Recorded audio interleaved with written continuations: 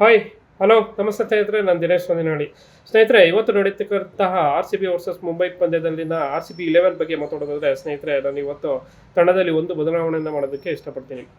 ರಸಿಕ್ ದಾರ್ ಅವ್ರನ್ನ ಕೈಬಿಟ್ಟು ನಾನು ತಂಡದಲ್ಲಿ ಅಭಿನಂದನ್ ಸಿಂಗ್ ಅವ್ರನ್ನ ಸೇರ್ಪಡೆ ಮಾಡ್ಕೊಳ್ಳೋದಕ್ಕೆ ಇಷ್ಟಪಡ್ತೀನಿ. ಅಭಿನಂದನ್ ಸಿಂಗ್ ಕೂಡ ಮೀಡಿಯಂ ಫಾಸ್ಟ್ ಬೌಲರ್ ಆಗಿದ್ದು, ವಾಂಕೆಡೆ ಪಿಚ್ಗೆ ಹೇಳಿ ಮಾಡಿಸಿದಂಥ ಆಟಗಾರ ಅಂದರೂ ತಪ್ಪಾಗಲಿಕ್ಕಿಲ್ಲ. ಇನ್ನು ನಾನು ದೇವದತ್ ಪಡಿಕ್ಕಲ್ ಅವ್ರನ್ನ ಇಂಪ್ಯಾಕ್ಟ್ ಪ್ಲೇಯರ್ ಆಗಿ ಮಾಡ್ತೀನಿ. ಅದು ಬ್ಯಾಟಿಂಗ್ ಸೈಡಲ್ಲಿ ದೇವದತ್ ಪಡಿಕ್ಕಲ್ ಅವ್ರನ್ನ ಇಂಪ್ಯಾಕ್ಟ್ ಪ್ಲೇಯರ್ ಆಗಿ ಮಾಡಿದ್ರೆ, ನಾನು ಬೌಲಿಂಗಲ್ಲಿ ಸ್ವಪ್ನಿಲ್ ಸಿಂಗ್ ಅವ್ರನ್ನ ಇಂಪ್ಯಾಕ್ಟ್ ಪ್ಲೇಯರ್ ಆಗಿ ಆಡಿಸೋದಕ್ಕೆ ಇಷ್ಟಪಡ್ತೀನಿ.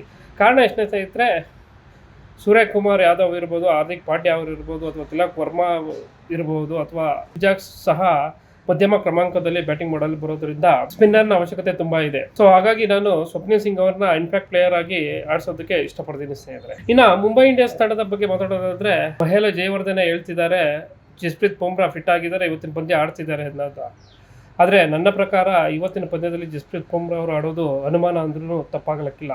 ಕಾರಣ ಎಷ್ಟನೇ ಸ್ನೇಹಿತರೆ, ನಿನ್ನೆ ರಾತ್ರಿ ತಾನೇ ತಂಡವನ್ನು ಸೇರಿರುವಂಥ ಜಸ್ಪ್ರೀತ್ ಬುಮ್ರಾ ಈಗಲೂ ಕೂಡ ಫಿಸಿಯೋ ಅಂಡರ್ಟೇಕಿಂಗ್ನಲ್ಲಿದ್ದಾರೆ. ಸೊ ಹಾಗಾಗಿ ಇಂದಿನ ಪಂದ್ಯದಲ್ಲಿ ಆಡುವುದು ಬಹುತೇಕ ಅನುಮಾನನೇ ಅಂತಲೇ ಹೇಳ್ಬೋದಾಗಿದೆ ಸ್ನೇಹಿತರೆ. ಇನ್ನು ರೋಹಿತ್ ಶರ್ಮಾ ಇವತ್ತಿನ ಪಂದ್ಯದಲ್ಲಿ ಆಡ್ತಾ ಇದ್ದಾರೆ. ಅವರು ಆರ್ ಸಿ ಬಿ ವಿರುದ್ಧ ಎಷ್ಟು ಡೇಂಜರಸ್ ಅನ್ನೋದನ್ನ ಅವರ ರೆಕಾರ್ಡ್ಸೇ ಹೇಳ್ತಾ ಇದೆ ಸ್ನೇಹಿತರೆ. ಆರ್ ಸಿ ಬಿ ಬ್ಯಾಟ್ಸ್ಮನ್ಗಳಿಗೆ ಚಾಲೆಂಜ್ ಆಗೋಂಥ ಬೌಲರ್ಗಳು ಅಂದರೆ ಮಿಚೆಲ್ ಸಾಂಟ್ನರ್ ಇರ್ಬೋದು, ಅಥವಾ ಟ್ರೆಂಟ್ ಬೋಲ್ಟ್ ಇರ್ಬೋದು.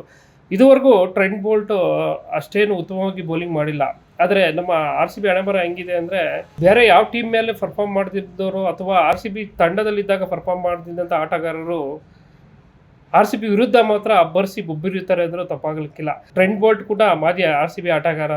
Trent Boult R C B ಬ್ಯಾಟ್ಸ್ಮನ್ಗಳಿಗೆ ಕಾಡಿದ್ರು ಅಂದ್ರೂ ತಪ್ಪಾಗಲಿಕ್ಕಿಲ್ಲ.